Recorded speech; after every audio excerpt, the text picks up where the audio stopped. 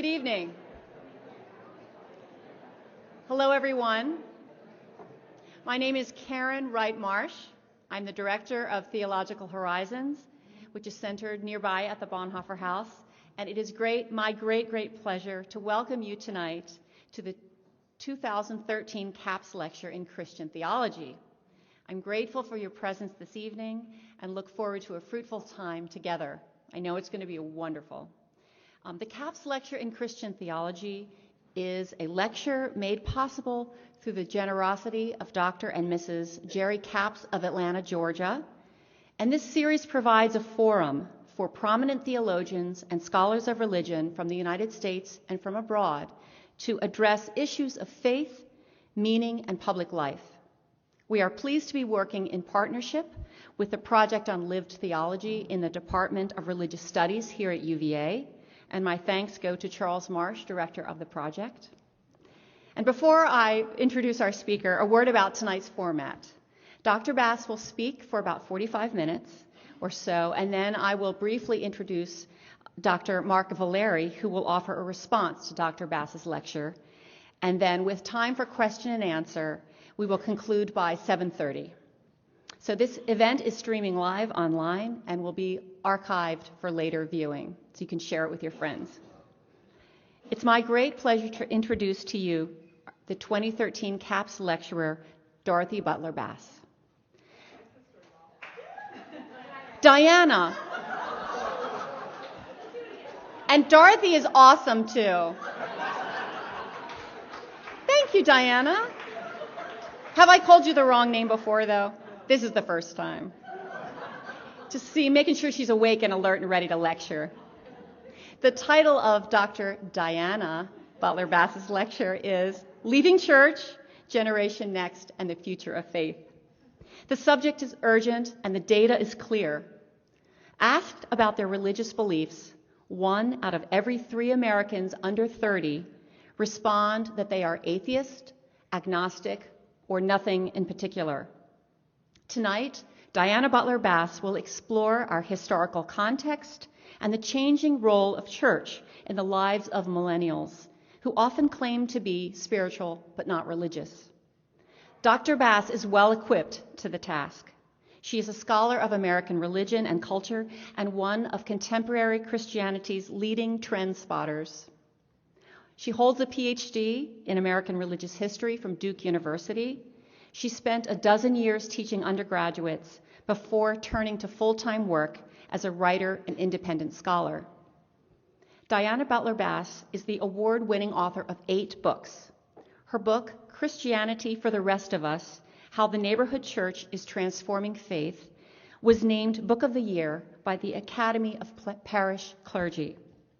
Strength for the Journey, A Pilgrimage of Faith in Community, was recognized as one of the best books of the year by Publishers Weekly.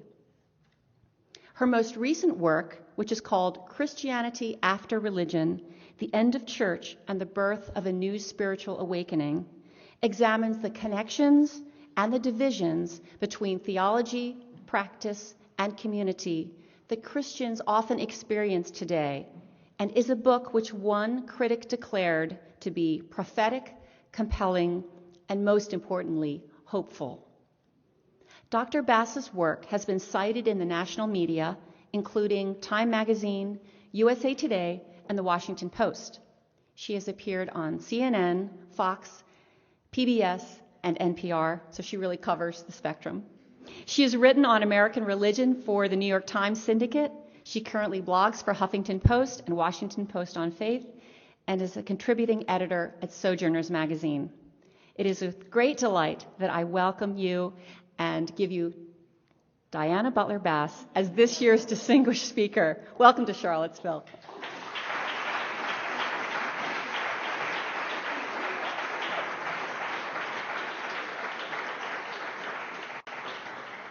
Karen is not the first person to do that. As a matter of fact, I actually do. I have a sister-in-law who is a Lutheran and a very well-noted theologian of Christian practice. And one time I was getting up, sitting, at a chair right in front of the whole crowd, when someone said, "And now, here is Dorothy Butler Bass." And I got up And I said, well, that's quite lovely, but I don't know if you've invited me or my sister-in-law. And the person came, quickly jumped out of his chair and took the microphone and said, you're kidding, there are two of you? And I said, well, no, there's really her, and she's Dorothy, and then there's me, and I'm Diana. And the guy said, I get it, just like the neighbors. And I said, yes, just like the neighbors. I will take that. So I don't know if you meant to invite Richard or Reinhold, but nevertheless, I'm the one who's here tonight. So thank you very much. I appreciate it. It is a joy to be here. I just want to look out the window. Wow, what a view. And what a space to feel sort of the spiritual energy, really, of the Enlightenment and the people who have gone before. It's actually a space that fits very well with what I'm going to talk about tonight. Because so much of my life involves being in and around the media, I pay attention.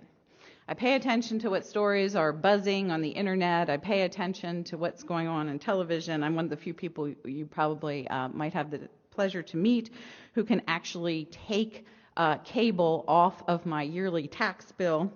And so I watch, and there are interesting and sort of almost predictable cycles of how news stories move through the year. Indeed, one of the things that I've noticed over the last decade, in the quiet of midsummer, there will almost always be a religion story that sort of explodes over the internet and in conversation. This past summer, there were two such stories. One had to do with a new guy in Rome by the name of Francis, and the second had to do with millennial adults, young adults between the ages of 18 and 29, that generation, and the future of faith. Well, it seems like the Pope Francis story was probably pretty expected. After all, he is a new pope, and he's been doing a lot of remarkable and surprising things. But the other topic, that of millennials and faith, and what the future of church is, was not terribly expected. Indeed, as I thought about this story and how all of a sudden it was showing up on CNN and in television and all kinds of blogs that were going viral on the internet, the discussion of millennials seemed to stem from the release of two reports by a Washington think tank called Public Religion Research. In October of 2012, they released a survey of millennials and faith. And just a few months later, in July, this past July, 2013, they released a further study on millennials, faith, and politics and economics, and how those things intersect for young adults. Well, that was out in the media when it was picked up by a young, very popular writer, 32-year-old writer by the name of Rachel Held Evans, who is indeed a sort of colleague and friend of mine. And she wrote an article that appeared, first of all, on her own blog, and then it was on a CNN blog. And the blog was called Why Millennials Are Leaving Church. Well, within literally hours, this blog was everywhere. I don't even know finally how many hits that it got. It was literally millions of hits. And that was about the time Karen called me and asked me what I would like to talk about when I was here with you all. And I thought to myself that this was actually a really significant topic. Young adults and this whole idea of leaving church. Now, it's interesting because Rachel called her blog, Why Millennials Are Leaving Church, period. My talk is called Leaving Church, ? And that gets you to the place where I want to play with this topic that was clearly occasioned by my thinking about Rachel's piece. And I want to tell you a little bit about what she wrote in order to help you understand what I'm going to talk about. The piece that Rachel gave us was a little bit like a manifesto. Indeed, it reminded me of a contemporary 95 theses, where she came out and she said, These are the reasons people my age are leaving church. And here's a couple samples from it. She said, what millennials really want from church is not a change in style, but a change in substance. We want an end to the culture wars. We want a truce between science and faith. We want to be known for what we stand for, not for what we are against. We want to ask questions that do not have predetermined answers. We want churches that emphasize an allegiance to the kingdom of God over allegiance to a single political party or a single nation. We want our LGBT friends to truly feel welcome in our faith communities. We want to be challenged to live lives of holiness, not only when it comes to sex, but also, I'm sorry, Tom, but also when it comes to living simply, caring for the poor and the oppressed, pursuing reconciliation, engaging in creation care, and being peacemakers. And then she ends up by saying, you can't hand us a latte and then go about business as usual and expect us to stick around. We're not leaving the church because we don't find the cool factor there. We're leaving the church because we don't find Jesus there. Well, I read this, and I was impressed by its passion and its clarity and its wittiness and its humor, which are always part of what Rachel does. But then I also said to myself, wait a second, I think I wrote that in 1976. Indeed, I wrote something very similar to this. It's in a journal, and it is dated from my high school year in the middle part of the 1970s, right before I went to college. It was about me leaving the Methodist church of my childhood and joining a fundamentalist Bible church. Now, in the column, Rachel nods to the idea that people other than millennials, us old people, like baby boomers, might share some of these complaints. But there was a kind of generational exclusiveness, a sort of historical blinders about the whole thing. And when I read it, I realized that something else needed to be said. And so this is my chance to say that something else, to ask, what is really going on here? That two women who are 20 years apart in age could say almost exactly the same thing, one in the privacy of her own diary, which a long time ago when I was young used to be actually private things that you didn't put on the internet, and the other one putting it up for the whole world to see. How could we say the same things so many years apart and have the same passion about our hopes and fears for faith and the future? Well, what I would like to present to you tonight is a thesis that I have actually developed about this, because we're an academic institution, you need a thesis statement. And what I would like to say is that rather than being particularly unique in their generational concerns, that millennials have inherited three significant sets of questions that weave throughout American religious history with some regularity. These are questions related to doubt, disestablishment, and diversity. And if we understand the relationship between young adults and previous generations, if we really get that they have inherited a story, it helps to open up a different sort of narrative about American religious history that will enable us to make sense of the traditions of which we are a part and the personal agency that we can claim in the making of religious, political, and national identity. And all of this has, of course, huge implications for the future. So first, I'd like to talk about what millennials have inherited. The first piece, I think, of inherited culture when it comes to American religion is the question of doubt. There are multi-generational shifts in certainty. Now, when I was growing up, when I was a little girl, I was born in 1959, so I was mostly growing up in church in the 1960s and early 1970s. There were people around me who would answer that question, do you believe in God? And 97% of Americans said that they believed in God the year after I was born in 1960. And of those 97%, 95% of them were certain, at least this is what they told a poll taker, they were certain that God existed. So when I was a little girl, I sort of assumed that there was this monolithic past of people who all believed in God without any doubts. But as I grew up, I began to hear different stories. First of all, the stories that were swirling around me in the 1960s, where people began to question publicly whether or not they truly believed in God. And then I would hear stories from my grandfather, who was a free thinker, who was growing up in the 1920s. And he had never been in church, as far as I knew, in his entire life. So there were multiple stories around me about certainty and doubt. There seemed to be a culture of certainty that was everywhere in the media, on television, in our political life, in the way that people talked in public about God and meaning.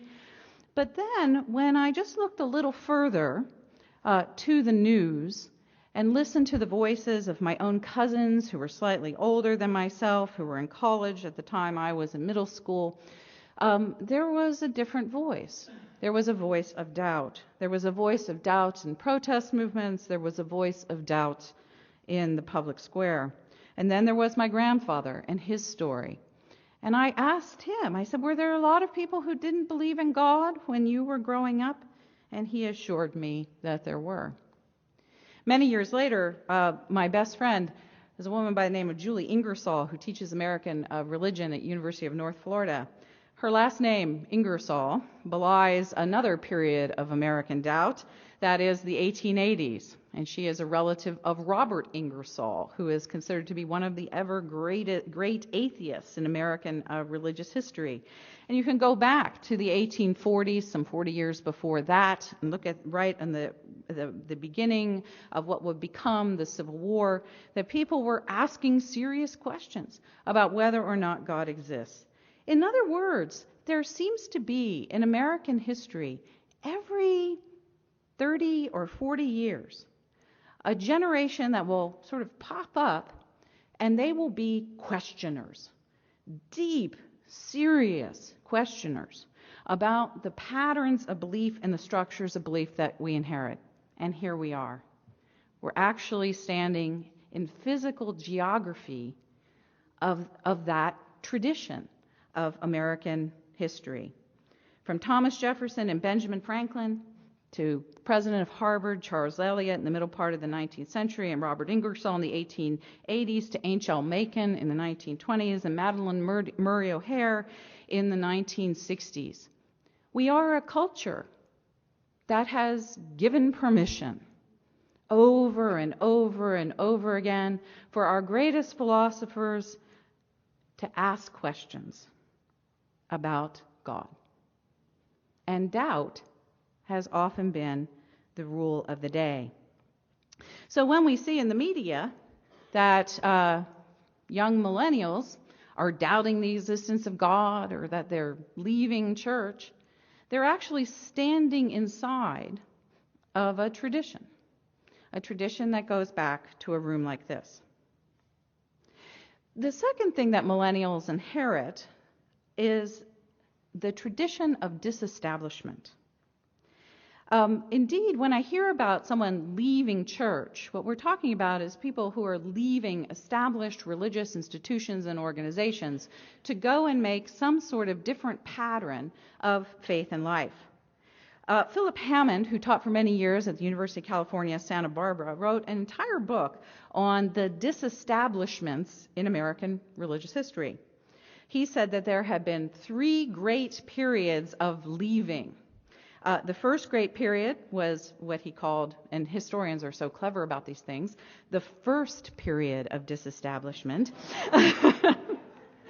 In 1789, in which that was the culmination of a whole set of questions about religious institutions and their roles in society, when we crafted this idea of the separation of of church and state. And so there was this legal separation that occurred on a federal scale in which the church was considered to be responsible for its own institutions and the state was going to be over here, and that the state could make no church, and that the church could have influence on the state but could not inflict its doctrinal and religious tests on people who were running the state. So that was the first period of disestablishment. The second period of disestablishment, Hammond argued, began around 1900 or maybe a little before. I don't think it's any coincidence that this is about the same time as Robert Ingersoll and that whole period of doubt. And that is when the informal Protestant establishment of faith, which had developed after the formal separation of church and state, the informal Protestant establishment of faith, where nearly everybody was a Protestant and lots of important people belonged to Protestant churches, and there were Protestant chaplains in Congress and Protestant universities all over the land. That informal Protestant establishment really came to an end. It was not an easy process, but around 1900 and clearly by about 1920, Protestants opened up their power structures and really invited in some contentious ways at first, but eventually ways that worked, Catholics and Jews into the sharing of influence and political power and intellectual power in the United States. This period of being Protestant, Catholic, and Jew lasted for most of the early part of the 20th century. And then something else happened. And this is when Hammond talks about the third disestablishment beginning in 1960, that every form of belief, organized belief, comes under attack. And instead of any sort of belief structure, however broad or however shared those belief structures might be, they began to be replaced with personal autonomy, a new kind of establishment, an establishment that we each carry around within our own consciousness. And so, millennials have inherited this. They have inherited a history of Americans leaving behind religious institutions that no longer function in a meaningful way in favor of opening up systems and structures to create bigger tables of community, to invite the outsider in and to try to figure out how to be community and how to be faithful in a different kind of structure. And so doubt is inherited and disestablishment is inherited. And then finally, millennials also inherit a long struggle of religious diversity in the United States. And this plays into much of what Rachel says in her piece. She said, we don't want to have a faith that excludes people, whether the people are excluded on the basis of their race or people are excluded on the basis of their sexual orientation. We want to have more inclusive community. We want to have community that brings in our friends, a very, very diverse, amazing generation in American history. Well, diversity has always been the struggle in the United States. Whether it was the struggle between different kinds of Protestants who were arguing whether or not we should speak English or German, whether it was a struggle between Dutch Calvinists and Scottish Reformed people, whether it was a struggle between Europeans and Native Americans, whether it was a struggle between Christians who were white and black, or a struggle of Northerners or Southerners, we have had struggles with diversity going back as far as we have memory. And the struggle for diversity now is one more part of a very long history of trying to understand how we can have faith, how we can trust ancient wisdom, how we can believe in particular kinds of stories, how we can form church, how we can have faith in the midst of a community where there are lots of people who aren't like us. So when I think about what Rachel wrote, and I think about sort of my childhood, one of the things that is clear to me is that we never really were free until the later 1960s to talk about doubt, disestablishment, and diversity. For whatever reason, my parents' generation had created a narrative of certainty, a narrative of the strength of mainline churches, as if that had been there since the beginning of time, and a narrative of everyone is like us. And looking out from my window of a little ranch house built in the 1940s in a neighborhood in Baltimore City, doggone it, it sure looked that way.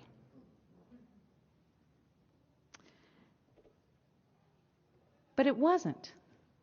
We were only taught part of the story. It was not until much later that I learned about doubt, disestablishment, and diversity. Well, so that's what millennials have inherited, those three things. Now, when you inherit something, it doesn't mean it stays exactly the same. We just lost our last parent, and one of the things that's fascinating to me when our parents die is that you get a lot of stuff. And all of a sudden, things that were familiar, vases, silverware, paintings, quilts, those things which were familiarly arranged in your parents' or your grandparents' house come into your house. And you have to rearrange them in some way that works for you. And so that's, in a sense, what millennials are doing right now. They inherited a bunch of stuff, although I'm not entirely sure they always know that they've inherited it. But they are in the process of rearranging it in some fairly distinctive ways.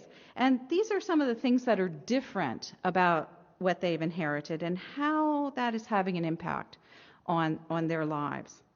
Now, with the question of doubt, one of the biggest differences between the mid-20th century and the time of imagined certainty and the culture of doubt that is going on right now is that part of the reason people didn't talk about doubt in the mid-part of the 20th century is if you did, someone would call you a communist.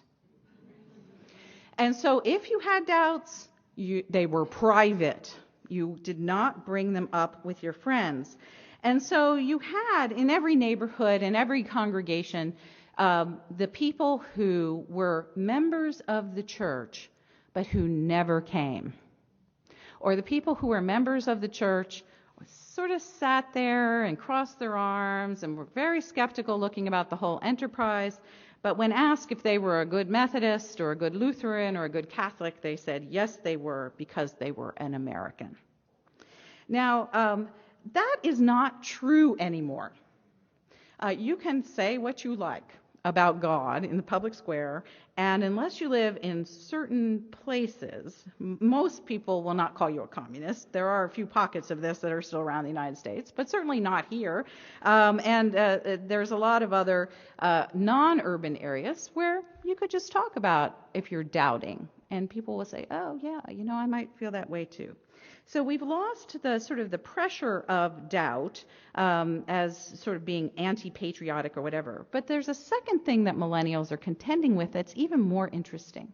And that is we are now looking at what I call birthright doubters. So ever since the beginning part of the 20th century, people who were doubting, like my own grandparents, they found one another. They both left church. And then they had kids. Of their 3 children, 2 of them never went to church. My mother went to church because she was sort of functionally raised by her aunt, who was a Methodist and very serious about it. But the 2 boys never went to church. So in other words, my grandparents, who were free thinkers, raised 2 out of 3 of their children as free-thinking children. And those 2 male children married my aunts, who never went to church, who then had children who never went to church. My cousins, I don't even know if they were baptized. And this is what has happened over the course of the 20th century, is that we have an exponential growth in doubt because people are actually born into none of the above agnostic, humanist, all kinds of other sorts of families that aren't your basic sort of Methodist family. So Daniel Cox, who is a research director for public religion research, writing in the Huffington Post, points this out. He said, beginning in the early 1990s, surveys began registering a modest uptick in the numbers of Americans reporting no formal religious affiliation. Recent surveys put that number around 1 in 5. And that includes all generations, not just millennials. As the ranks of the unaffiliated have grown, so too has the number of Americans who were raised in non-religious households, albeit at somewhat lower rates. In 1991, 4% of Americans were raised unaffiliated, compared to 8% in 2012. It's doubled just in 20 years.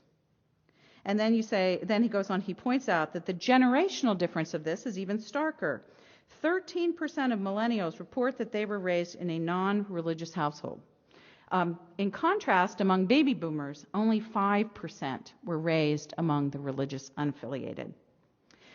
So that means that more than 6 in 10, 61% of Americans who are raised, 61% of those people who were raised without religion stay without religion for their entire lives. And that is an interesting thing to put that up next to Catholics. 61% of people raised without religion are still unreligious when they're adults. 66% of people who are raised as Roman Catholics are Catholics when they're adults. It's just about the same. It's not that much different. So this is one of the things that's very distinctive about millennial faith, is that their peers who are among the unaffiliated, or they themselves who are unaffiliated, that might be the religion that they have, no religion. So that's when I look at this sort of question about leaving church. How can you leave a place you've never been to begin with? And so when you start talking about a generation, it's a lot different than just a simple thing that churches aren't being Jesus-y enough, and if you're only got warm piety, everybody will come back to you. The second piece about disestablishment that I think is sort of fascinating about Rachel's argument, she says, we don't want to have anything to do with churches that claim political power or single sort of political party. What she's writing about there is a very interesting thing that's happened in the last 30 or 40 years. While we were moving towards a culture of disestablishing all religious organizations, towards a culture of personal autonomy, that we are each part of our own establishment, as it were, there was a group of people in our midst who didn't buy it. They were mostly called evangelical Protestants. And they have been very busy in the last 30 or 40 years trying to set up a different kind of establishment. Now, all evangelicals do not have the same view on this, and not all evangelicals have the same politics.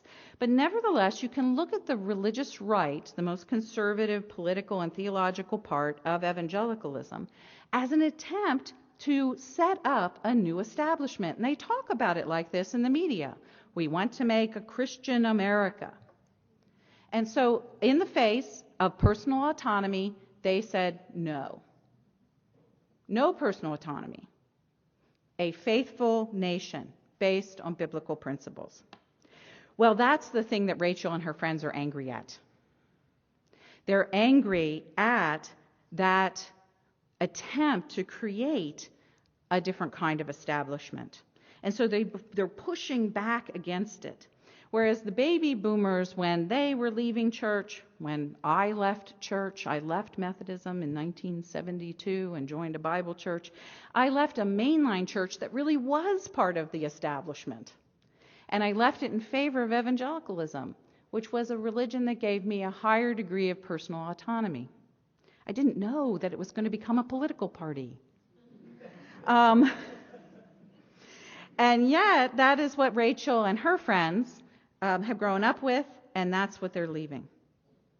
So their experience of disestablishment, while very similar to previous generations, leaving church is a very American thing to do, is distinctive in the sense of the way it was worked out in a template of an argument between a new kind of non-establishment establishment and a rebuilding of an old evangelical establishment. And then finally, this piece about diversity. In some ways, this is the most profound and interesting part of the millennial experience, in that while other American generations have dealt with diversity and enormous diversity, indeed, when you were in the 18th century, the argument between English-speaking colonists and German-speaking colonists was as scary and frightening as the one between people who now speak English and people who speak Spanish. Nevertheless, that seems like a tempest in a teapot to us now looking back. It was a big deal to them.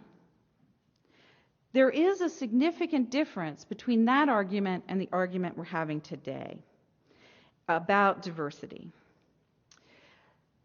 For most of American history, from about 1800 until 2012, we had a thing called diversity. And that meant we had a largely Protestant community that stood in the middle of American religion, making up the vast sort of center of American faith. Again, to use 1960 as sort of a benchmark date in the middle part of the 20th century.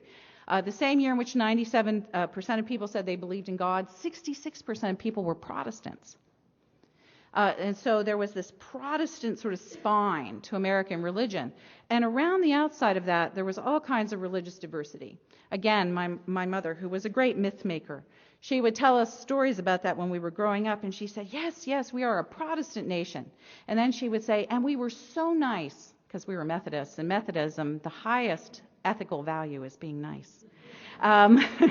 We were so nice that we let the Catholics and the Jews come here too. And so she was pointing out to me that there were lots of Protestants, and Protestants were in the majority, but there were these other people here, and we have to be nice to them as well. That's diversity, a majority with a lot of difference around it. Sometime in the year 2012, I wish I could find the day or where it happened. I'd go and I'd put up a monument.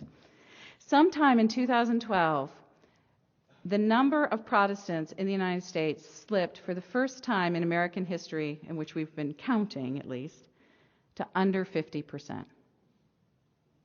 It's 48%. So over the course of my lifetime, we've gone from 2/3 of the population to less than half.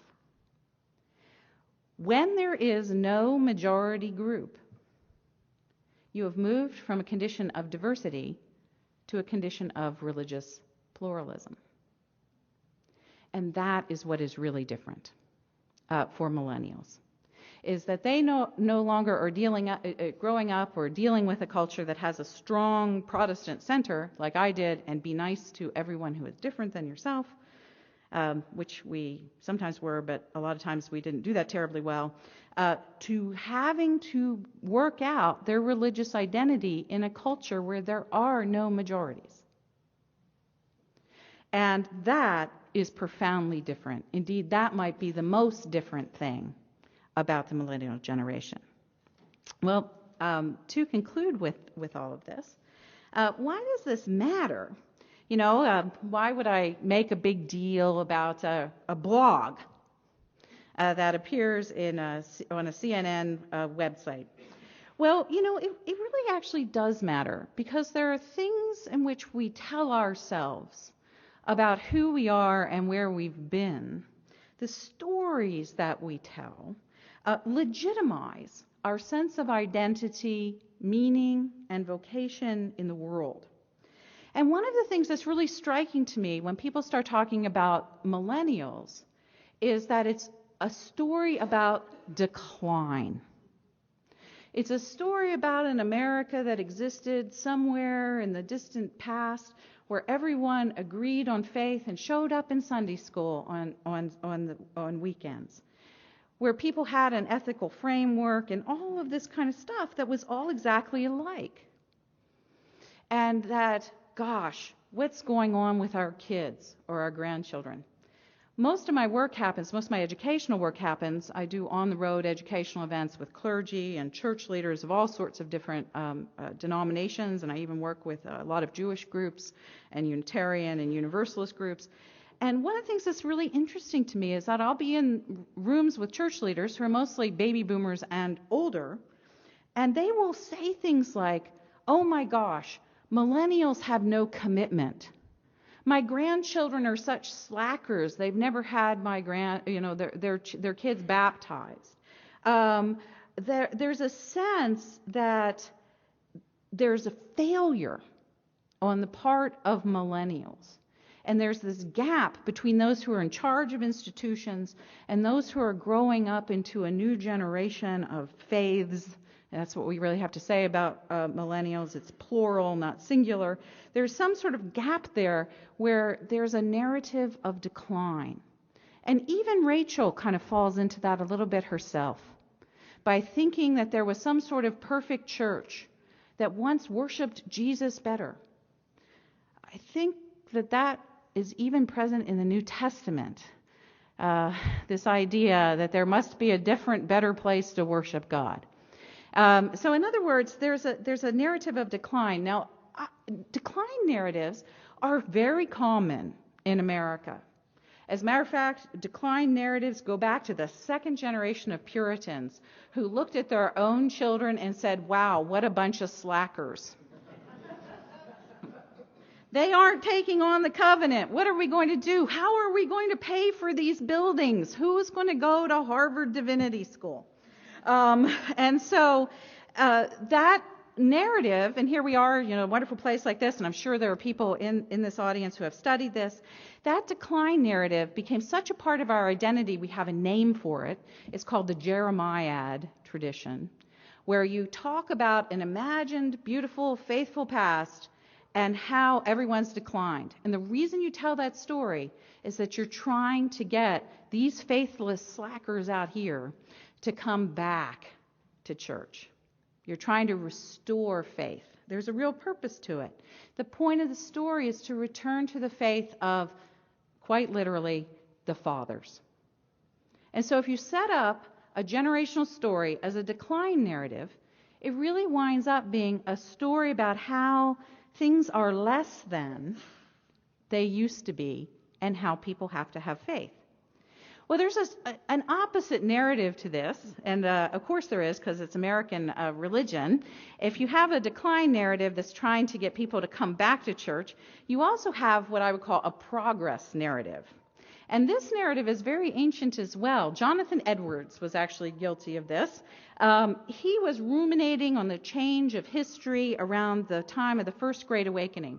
And he said that history was like throwing a pebble into a pond, and that it was like concentric circles of the kingdom of God sweeping out from where the pebble hit the water until one day the whole pond would be full of these ripples and there would be faith everywhere. And he quoted Bible verses to show that this was the case. Progress narratives, that the idea that the kingdom is coming and that we can help to make it, and that everything will be okay as we move forward. That's also the westward expansion narrative. It's the manifest destiny narrative. And it is the narrative, this progress narrative of 19th century liberalism that shaped so many of our religious institutions through the 20th century. The point of that story is forward. Gosh, I think that was President Obama's slogan in his second election. History has a funny way of doing this. Keep on keeping on. That everything is going to be okay. Things might be imperfect now, but we're moving towards something new. So while there's the decline narrative active around millennials, I also hear the progress narrative active around millennials. It goes like this, and it usually happens when I'm in rooms with younger adults. Well, when you were a kid, they look at me. I'm a representative of the entirety of the baby boom generation and all of the 20th century, evidently. When you were a kid, people didn't really believe that stuff.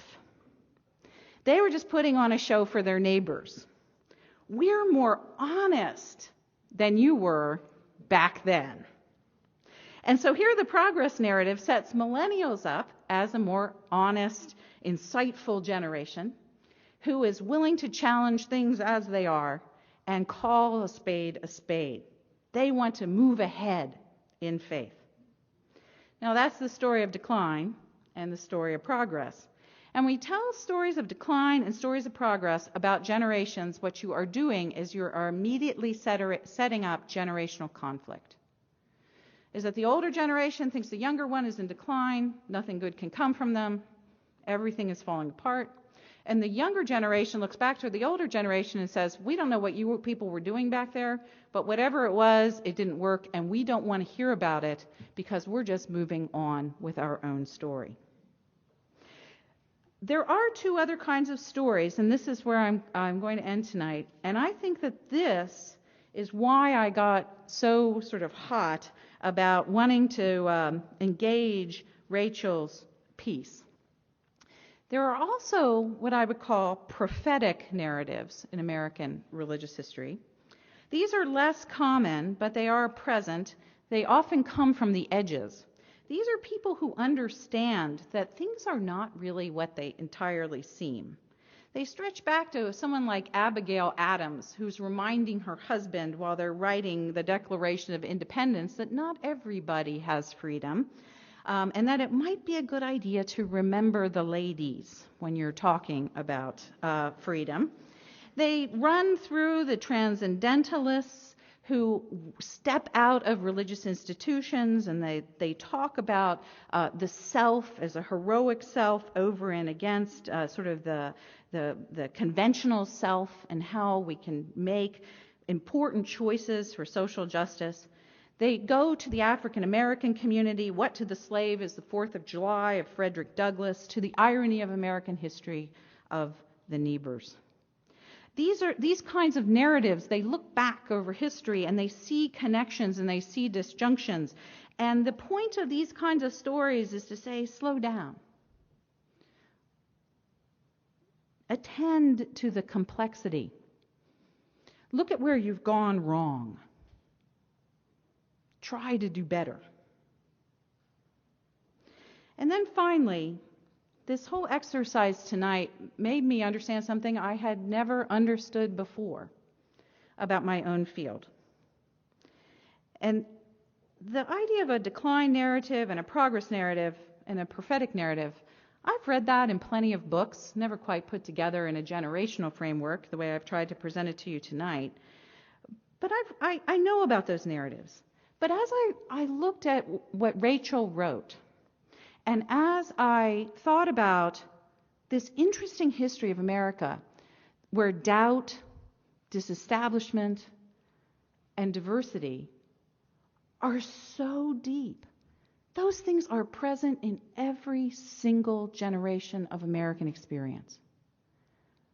I realized that there was no way of talking about consistency over time that allowed at the same moment for distinctiveness of generational experience.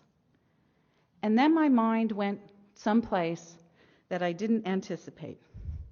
My first ever Old Testament class, where I was studying the Psalms. And I remember my Old Testament professor opening up and reading from the Psalms and explaining to us that in oral cultures, like the ancient Israelites, they had a rhetorical device called parallelism. And in parallelism, you take one sentence or one idea and you present it. And then in the very next sentence, you present the same idea differently. And then in the next sentence, you do it over again. And you keep building. And what happens is you get this oral recitation of the deepest sorts of beliefs of the community while allowing for development and individual voices to move the narrative ahead. Rhetorical parallelism, the device of two or more parts of similar form, building to give the whole a deep sense of meaning and purpose. This is the definition an online English department site. Most common in oral traditions, particularly poetry, and is the primary form of biblical poetry. What's the point of parallelism? The point of parallelism is quite simple. It's to know and honor the tradition, to memorize it, to know it inside and out, but also to be able to write your own stanza and to be able to allow each group of successive people, each successive generation, to have continuing word in the poetry. And there it was. I wondered, by talking about millennials and pointing out that they are heirs of a tradition, it's not a way of saying, oh, you foolish 20-year-olds. If only you knew history, you'd be so much smarter. Although the history professors here probably would like it if you'd sign up for their classes. It's not that. That's not what I'm trying to say. What I'm trying to say is know the story. Rachel's blog comes off in a way that isn't quite right because she doesn't really know the story. And it's not because she's dumb or she's not smart or she's poorly educated, but she needs to really honor the stanzas that have gone before. But to honor stanzas that have gone before is no way to say you can't write your own. Indeed, that's what human beings are called to do, to add to the tradition, because there is no last word in the poetry that is history. And so that's what I'm wondering. If one of the things that millennials are teaching us is that there's a different story to be told, not one of decline and not one of progress. There is a bit of one about being prophetic, but there is certainly one about poetry. Can we live together and have our lines make something beautiful? And as I end, I just wanted to end with a piece of biblical poetry. Ecclesiastes. A generation goes and a generation comes, but the earth remains forever. The sun rises and the sun goes down and hastens to the place where it rises. The wind blows to the south and it goes around to the north. Around and around goes the wind, and on its circuits the wind returns. All streams run to the sea, but the sea is not full. To the place where the streams flow, they flow again. All things are full of weariness. A man cannot utter it. The eye is not satisfied with seeing, nor the ear filled with hearing. What has been is what will be, and what has been done is what will be done, for there is nothing new under the sun. Is there a thing of which is said, see, this is new? It has already been in the ages before us. There is no remembrance of former things, nor will there be any remembrance of latter things yet among those who come after. And to end with those amazing words, I think of Mark Twain, who it is attributed. No one knows if he actually said it, but it's pretty good anyway. He said, history doesn't repeat itself, but it sure does rhyme. We, my friends, live in poetic times.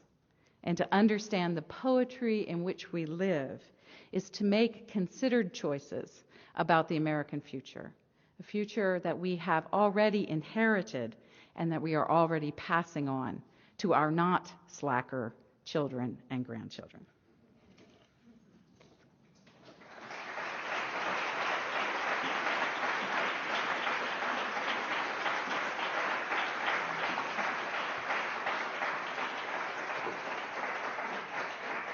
Thank you. Thank you, Dr. Bass. It is now my great privilege to welcome Dr. Mark Valeri to the podium. Dr. Valeri will begin our conversation, continue the conversation with a response to Dr. Bass's lecture.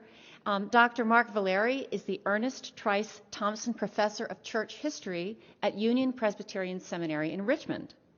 He's received a number of prizes, among them the Andrew W. Mellon Fellowship, a National Endowment for the Humanities Fellowship, and a Lilly Endowment Faculty Fellowship. Mark has written extensively on religion and market culture in America, the history of American Christian practice, and Jonathan Edwards. His latest book, Heavenly Merchandise, How Religion Shaped Commerce in Puritan America, won the 2011 Philip Schaff Prize from the American Society of Church History for its critical reexamination of religion's role in the creation of a market economy in early America. It's a book which I recommend to anyone with an interest in the relationship between religion and larger culture. Dr. Valeri is currently working on religious persuasion, evangelicalism, and secularism in the 18th century. Dr. Lauren F. Winner, who delivered our past CAPS lecture here in this room, once praised Dr. Valeri, and she said this, as only Lauren can. He says, he resists the temptation to smooth away contradictions or to oversimplify. She said that, indeed, he seems allergic to polemic. Dr. Valeri is maddeningly even-handed. So with that, I welcome you.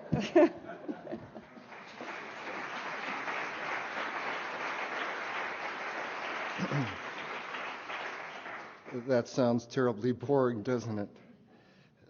Thank you very much for having me here. Like Diana, it's a privilege to be in this space and to be with you. Diana has given us, I think, a really stimulating and provocative presentation, as is her wont.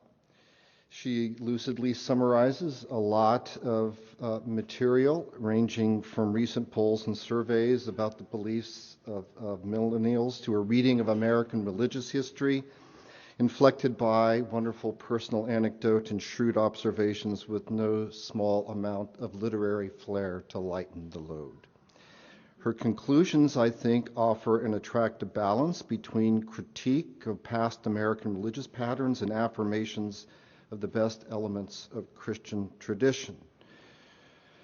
Moreover, she presents a hopeful scenario for the future, ending with the parallelism in the poem Yet to Be Written, reflects the sense throughout Diana's work that polls and surveys and denunciations and jeremiads do not have the last word, but we live into the future with a sense of optimism and hope. She offers a deft and nuanced set of reasons for that hope.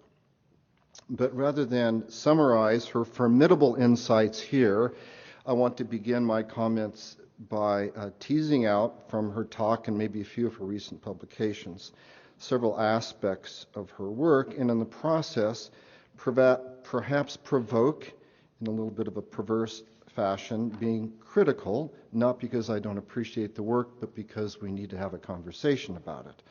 That's not all appreciation, so take it in the right spirit. I take Diana's story of parallelism to suggest the importance of a version of American faith in which believers honor religious tradition and yet seek new patterns that speak to their current condition and situation. The question that rings my mind is what she means by honor and how she would fill out or demarcate the precise lines between affirming parts of the tradition and being open to change. She evokes here, I think, what she has called elsewhere generative Christianity or experiential belief, or a faith that is both spiritual, that is attuned to deep personal quest to know God and form meaningful relationships and recognize the dilemmas of doubt that impinge on modern people, that spiritual, and religious, meaning the affirmation of devotional practices, worship, and wisdom of traditional Christian communities. That is, I wonder if that's what she means by honor the tradition as well as move forward, to be both religious and honoring tradition and spiritual and moving forward.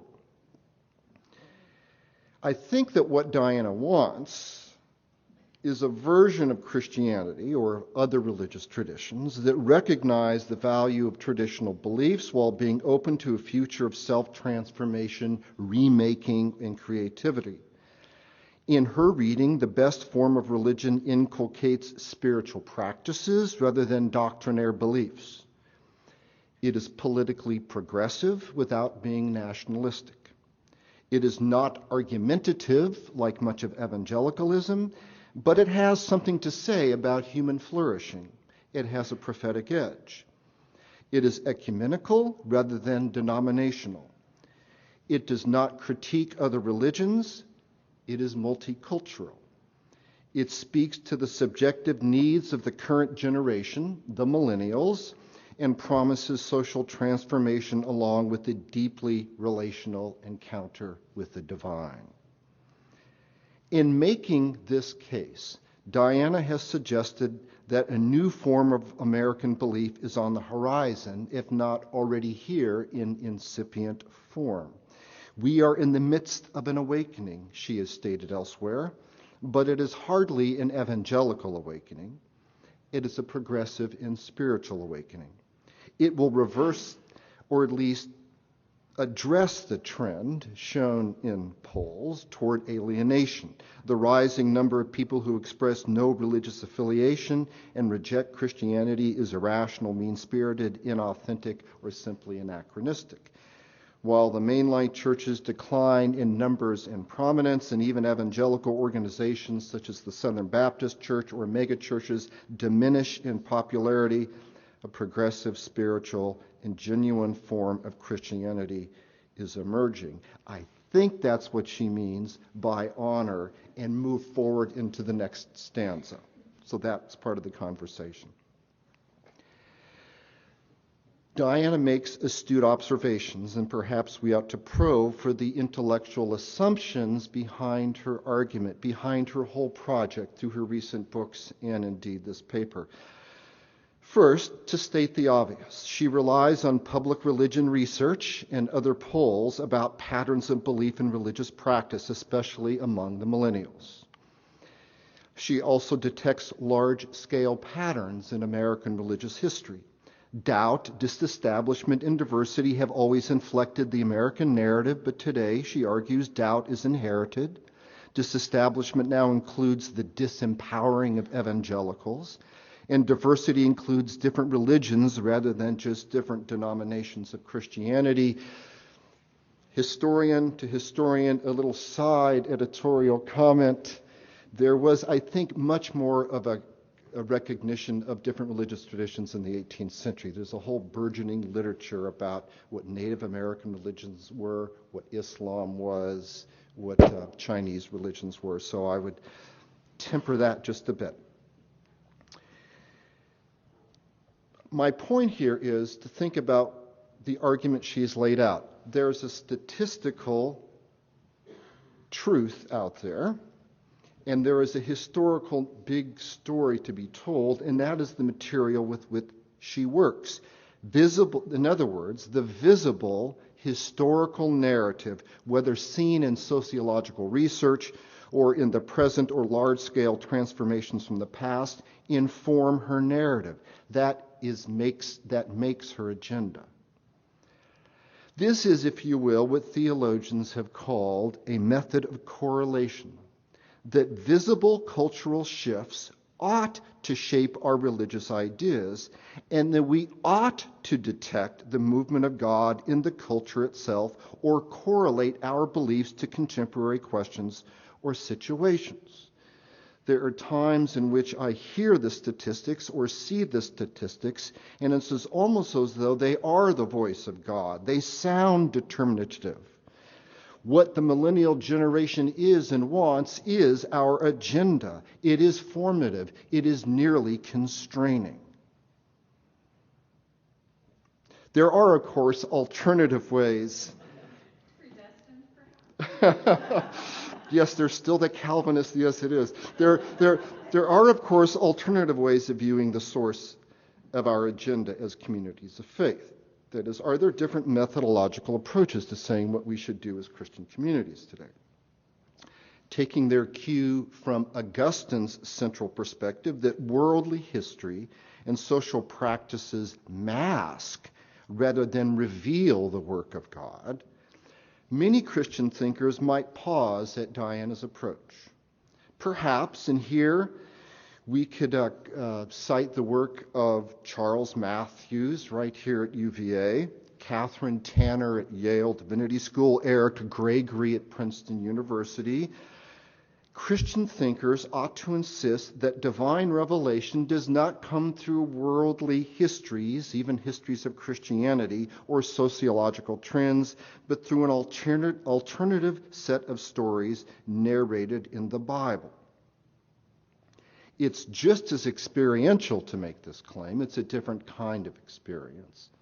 It's just attentive to the human situation. It's a different way through which to view the human situation.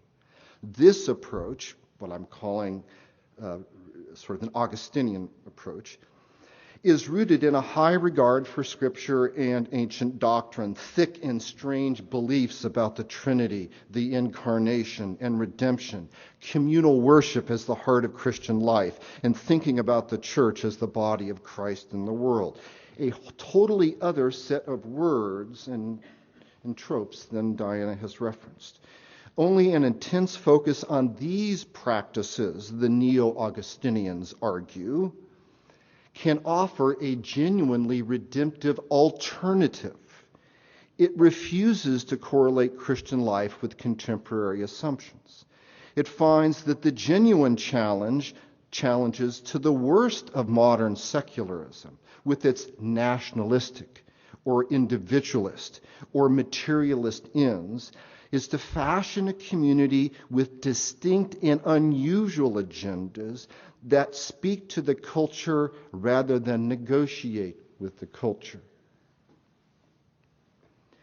So that, I think, is teasing out from Diana's work some of her methodological assumptions in it and how we might think about alternative assumptions as a way to continue our conversation.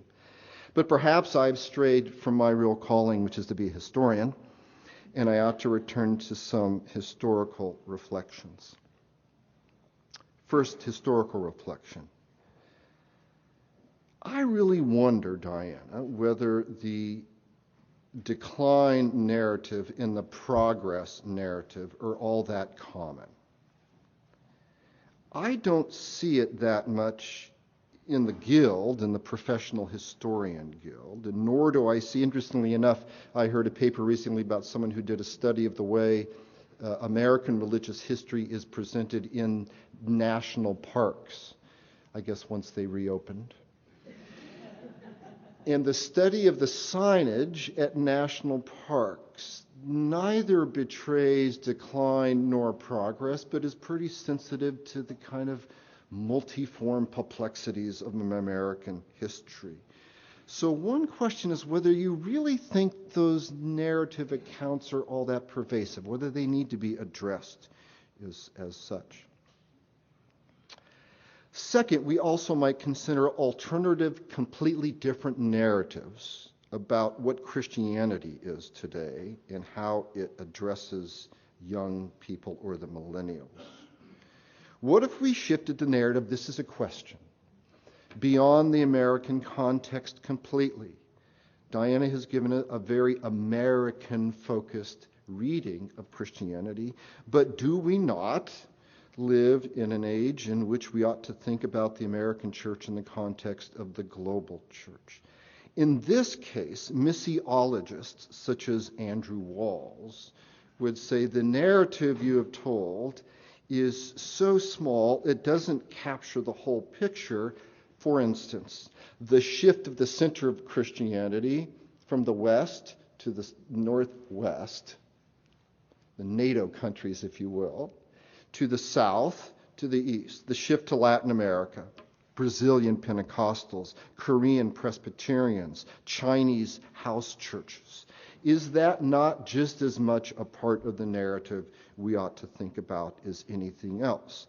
So to range beyond a narrowly American focus as we think, or at least put the American story, what would it do to put the American story with its millennials in a global focus where highly doctrinaire sometimes and evangelical and sometimes charismatic traditions seem to be the leading edge in capturing people by the millions as we lament the loss of them by the thousands here in the United States. What about global Christianity? What about Philip Jenkins? What about Mark Knoll? What about this whole body of literature that would say, put your story in a larger context? One other possible narrative. I've been reading a lot lately on the issue of secularization, what secularism means. Could not the American story be told genuinely as the triumph of the secular? That is the separation of religious voice first from the public sphere, and that makes possible disbelief without being a bad citizen. But as Talal Assad and others have said, secularization, which brings some benefits of toleration and democratic voice, comes with a very, very high cost. Because what moves into the vacuum once religion vacates the public sphere is not nothing. It is not freedom. It is market capitalism. It is nationalism. It is a series of institutions and organizations which are domineering and oppressive in their own rights. There is always an institution. There is no not institution. There is no such thing as being uninstitutional. The question is, which institution ought we to belong to? Which is more humane? Ought we not to present, if this is the narrative, the church, the confessing Christian community, in all of its institutional power and grandeur and formative tradition, because only it can present a visible alternative to the invisible institutions which on the face are very powerful and very pervasive, that is, the institutions of market and nation. Final, few questions. I know I'm throwing out a lot here. Just to stimulate discussion. So how do we adjudicate between different versions of the open future and experience as sources of direction? Much of Diana's language can be adopted by different groups, being open, being hopeful, writing the new stanza of the poetry, being attentive to tradition. There are many different groups and traditions which can embrace that. So how do you decide among them? Which standards do you use to judge? I'm trying to slip in through the back door, in other words, doctrine.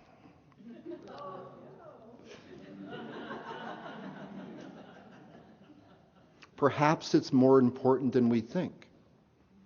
Perhaps provides the criteria by which we make those choices so lavishly and wonderfully and attractively laid out by Diana. One final question.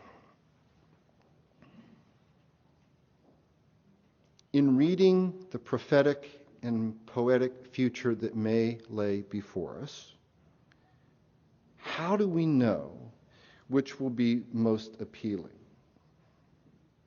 Why do we even think about such subjects as being appealing?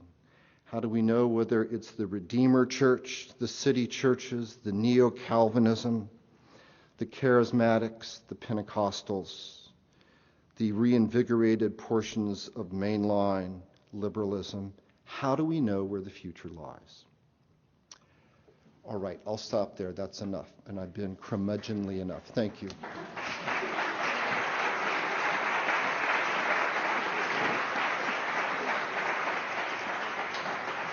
Thank you, Dr. Valeri.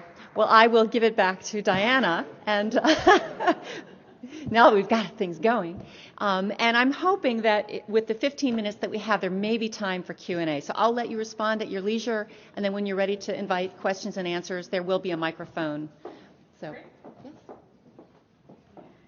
Oh, Mark, you remind me both of why I left the academy.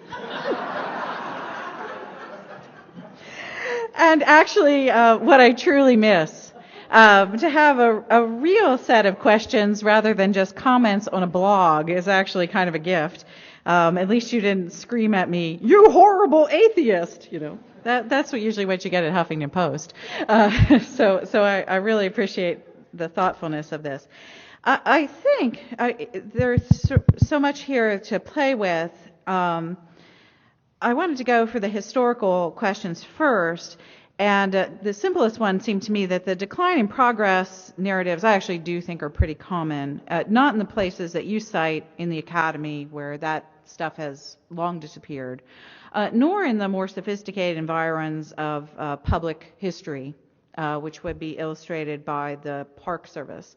But come with me and go around and listen to groups of pastors and church leaders and be in church basements with me.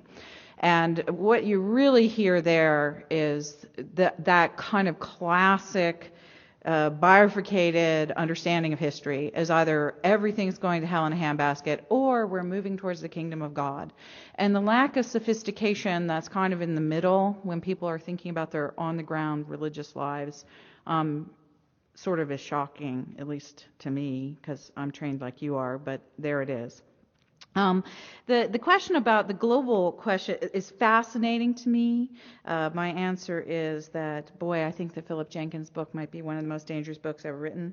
And I try to talk about that in Christianity After Religion, how understanding what's happening with American religious history is really to place it in this context of this great sort of global explosion of experiential faith.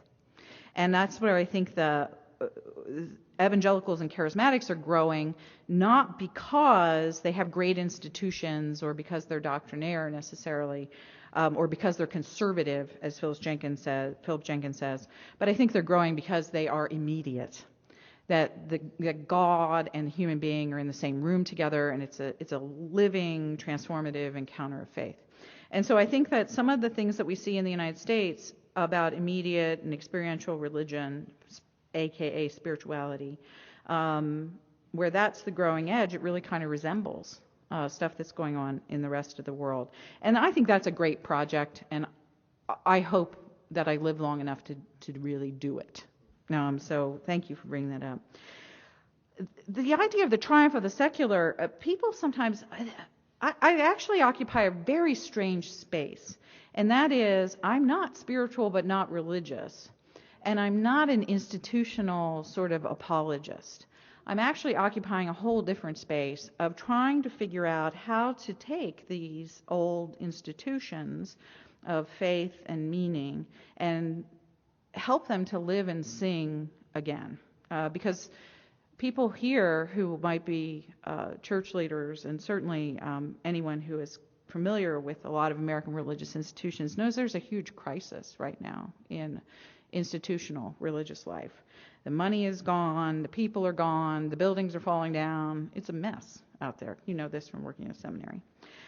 So I'm not saying begone all institutions. That would be like my friend Tony Jones, who is an emergent theologian who basically wants to burn everything. I'm actually wanting to say, what can we keep that can still give life? What should we put in the attic so that we have it on hand in case we need it again? And what do we want to sort of introduce that's new and would provide ways of access and practice and life so that contemporary people can jump onto the church? So I kind of occupy this really interesting space. I was at an event this summer where a Methodist minister who just retired came up to me. He said, "Why do you even bother?" And I said, "What do you mean?" He said, "I'm so frustrated." He said, I just want to leave the church completely. He said, I don't even know why you even bother trying to get us to hold on to this stuff. And it flew out of my mouth, something that goes right with your question. I said, well, when I think about institutions, churches and synagogues, mosques, these kinds of religious organizations that we have, these are the only institutions whose capital is love. Now, we don't always live up to that, and we haven't always acted as if that's our capital. But that's really the truth of the matter. And I said, as long as that's the case, I'm going to try to work on behalf of these institutions. And so I actually do believe that we can adjudicate them on the basis of that. So that's the question, that sheet of questions. The other sheet of questions is, wow, he took me seriously as a theologian. All I can say is that would make some of my professors turn over in their graves. But you scratch a historian, there's always a theologian there. Truth of the matter is, yes, guilty as charged. Correlation is my method. As a matter of fact, the book that I just signed a contract for is called Grounded: Finding the Spirit of God in the Spirit of the Age. And so you got me. You nailed me completely. I'm not a Neo-Augustinian. Hey, I'm an Episcopalian. There's no way I can be a Neo-Augustinian. And yet, to pull on that cord just a little bit more, I think that part of our discomfort with correlationist methods goes back to H. Richard Niebuhr's book, Christ and Culture, where Niebuhr identified these different ways of thinking about the church in the world, or God in the world, however we want to talk about that. And his categories for correlationist methods were not terribly attractive. The church in the world and the church of the world were by and large his categories for the correlationist method. And I actually think that he missed one. And this comes from me being an Episcopalian and being a sort of a scratch a historian, find a theologian, is that there's a category that does exactly what you said. It is attentive to revelation and is attentive to this distinctive story, but yet is still very highly committed to the stuff of the world, and that is the category of the incarnation. And all Anglicans worth their salt work from the incarnation outward. That is the idea. For those of you who might not be Christians, that's the idea of God becoming human in and through Jesus Christ. It's the primary way we think of Jesus being distinctive. And so what I would like to suggest is that there is a correlation method that centers around the incarnation. And I will be writing about that in the book that I just signed, and I would call it Christ embodied in the world. And so that's a little different than just saying of or in, but that the world really does embody God, and it's a profoundly anti-Gnostic approach to theology. And so I will stand up for that kind of correlation anytime, any place, and that would be a great, fun discussion to have. And other than that, I think that we just open for a couple questions here. The postmodern question, what standards by which you judge? Well, that's the great question of the academy. You can slip in doctrine, and I'll call it a banana peel. And we can have a fun argument about that. But thank you so much. And thank you for all those nice words about getting my work. Self-transformation practices, ecumenical, multicultural, progressive in outlook, not narrow or mean. It's like, wow, that's what I dream I am. So thank you. I hope I really live up to it all. Yeah. So were you willing to take one or two questions? Yeah, I think we got time for about two.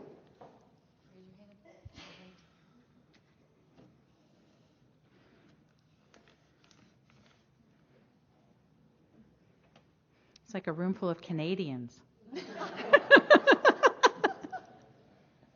There's one over there. I see. Yeah. Peter, I'll bring it to you. Will you stand up? Hi, I'm Peter. I'm a second year at the university.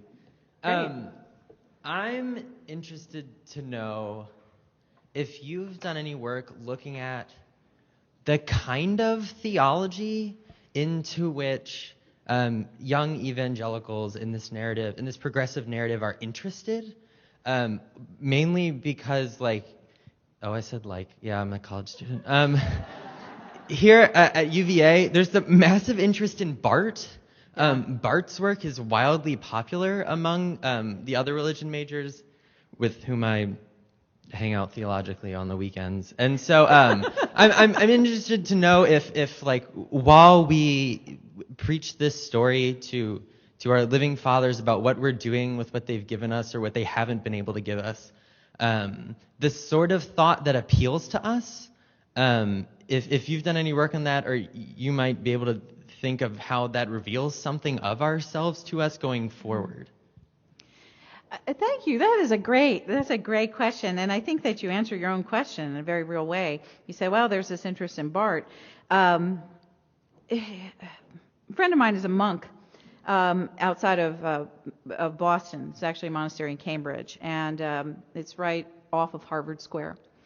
And for a long time, this small group of Anglican monks would just kind of worship there, do their thing, and nobody paid any attention to them. And about 15 or so years ago, students started to come. And more students started to come, more students started to come, more students started to come. And the monks thought, well, this is weird. Maybe if we do some really interesting things like start talking in Latin and put up too much incense, we can scare them away. And so the more incense they put out, the more candles they put up, the more they did their liturgy in Latin, the more students came. And so finally, the monks were so baffled by how these students were showing up is that they asked a couple of them to come to lunch, and they said, why are you coming to the students? That's a good question to ask. Just ask the students. And one of the students looked at him and said, well, what do you mean, why are we coming? We can't figure out why what you like here. Why are you here? And the student said, well, where else do you expect me to go to see a bunch of guys in black robes walking down halls surrounded by clouds of incense chanting in Latin? And my friend, Brother Kevin, said, you're right. And that story has taught me something really important about, I think, part of the longing of where we are culturally. And it works with millennials, but also works with a lot of other people. Daniel Harvey-Léger, who's a French philosopher, talks about how through most of Western culture, we've broken the chain of meaning. And so there's this turn among those who live after the chain is broken, which is a bit of a decline story, but we'll take it for the moment, who live after the chain is broken, searching for ancient sources of wisdom. And so you point out what I would call a ready source of ancient wisdom, 1940s, 1950s. That's pretty old. But there's also a lot of other interest in medieval theology. There's interest in the ancient fathers and mothers. There's interest in the desert tradition. I was for a couple years on the board of Emergent Village, which was really fun. I was the oldest person besides a guy named Brian McLaren on the board. And so we were both under 50 when we were the oldest people on the board. And we talked a lot about theology and did a lot of just listening, actually. And it was fascinating to me that most of the youngest pastors in the room who came from evangelical traditions, the people they wanted to hear from were Jürgen Moltmann, Miroslav Volf, Walter Brueggemann. They were reading all of the stuff that was like the best mainline stuff. Really sophisticated, beautiful theology that's being written in mainline seminaries. And they didn't want to have anything to do, really, with any of the popularized evangelical stuff. And so I think that depth, wonder, complexity, beauty, that connection to tradition, those are all really powerful things that are present among younger adults. So, yeah. I'm glad you're reading Barth. Try to find some of the ladies' voices, if you would. There's good theology. The remaining 3 minutes we have a quick question. Oh, she had a question there. Oh, I'm There's sorry. A woman with a Val? question. Yeah. Oh, sorry, I've got the mic. I love this. Would you mind standing? Sorry, this is our phone. You proposed that doubt, disestablishment, and diversity were American traditions. Mm-hmm. But it seems to me that during the incarnation of Jesus, he himself sort of provoked the start, perhaps, of a body of people who were marked somewhat by doubting what had been before, Wow. by questioning the establishment and calling for diversity. Yeah. Unity within diversity, or diversity within unity, excuse me. So I wonder if it's really American. Yeah. No, that's great. Thank you so much. You could read the New Testament and you could find those themes. And, I just, a friend of mine was talking about how, history in the United States echoes. And we were actually talking about Alistair McIntyre's view of tradition, that tradition is an argument. And we were talking about politics when we were having this discussion. But when we were talking about politics, it occurred to me that there is also this deep argument about doubt and certainty, about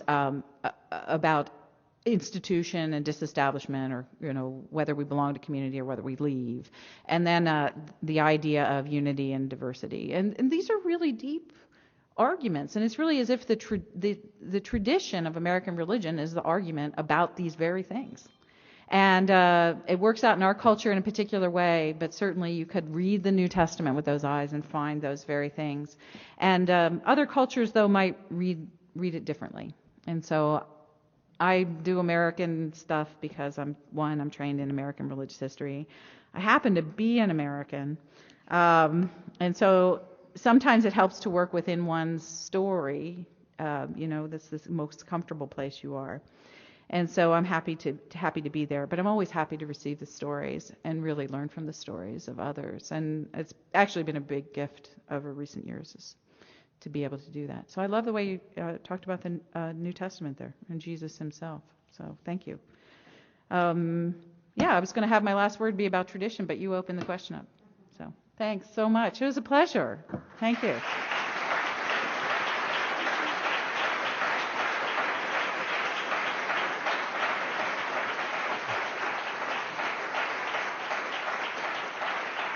So thank you all for being a part of this conversation. I thank Dr. Bass for your words tonight, for Dr. Valeri for your questions, and for the rest of you for sharing this. I hope this conversation continues. I thank Dr. and Mrs. Capps for providing this opportunity for all of us, to the Project on Lived Theology, and everyone with Theological Horizons, Reverend Sarah Nell Hartman. Blessings, peace. Thank you for coming out.